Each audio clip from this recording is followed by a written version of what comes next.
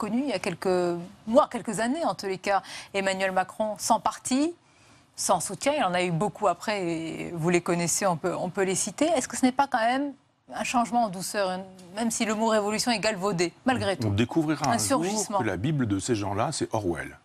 C'est-à-dire que vous avez des cabinets de consultation qui ont fabriqué un programme qui n'est pas un programme. Voilà un homme qui nous dit il n'y a pas besoin d'avoir un programme. Et les Français l'auraient avalé tout cru comme évidemment.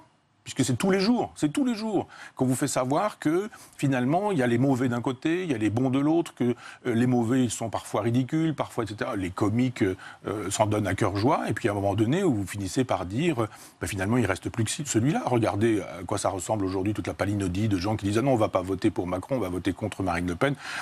En gros ils sont bien obligés de voter pour celui qui a été choisi par ces cabinets de consultation où on se dit voilà il y a des segments, il va falloir draguer ceux-là.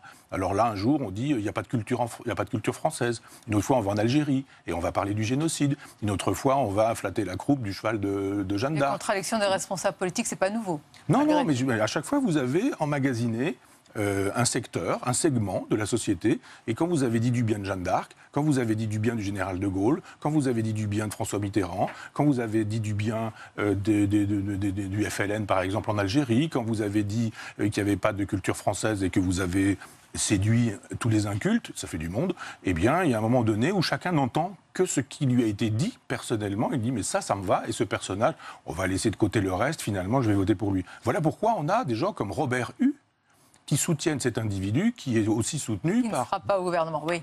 Oui, non, mais on cite souvent l'arc de Robert Hue à Alain Madelin. Eh ben oui, alors comment ou à Madelin, donc c'est quand même un coup de force que de réussir un programme de com. C'est ce qui fait qu'un jour, comme par hasard, vous allez acheter cet instrument, ce téléphone, cette voiture, je ne sais quoi.